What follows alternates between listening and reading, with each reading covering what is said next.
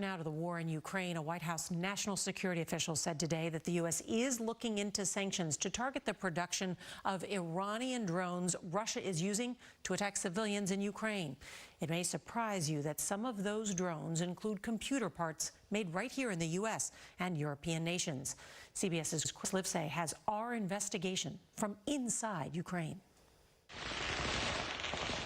They menace Ukraine's skies, killing hundreds and scarring millions. But while the drones are Russian and Iranian, key technology is European and American.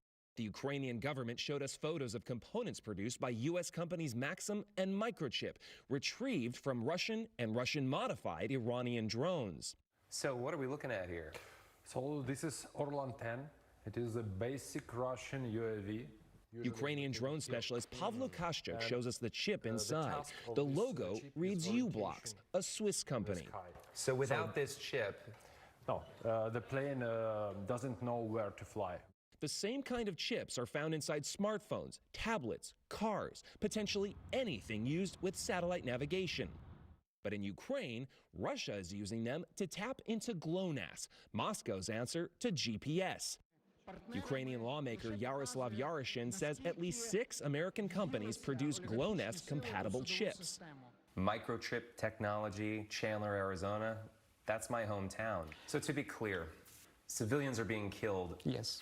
And what we can do, we can stop to sell these chips.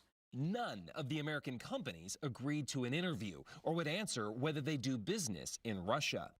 U-Blocks, the maker of the Swiss chip we saw, says they cut ties with Russian companies at the start of the war.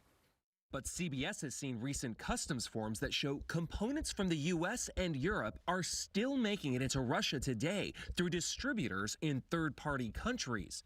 The microchips are going indirectly to Russia through China, through Malaysia and other third countries. So are you saying that countries like China are laundering this technology for Russia? Of course, yeah.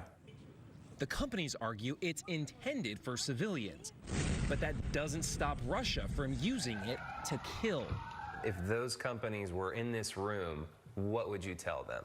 I want to ask if they really want to see their logos here. That is the question. Livesay, CBS News, Kyiv.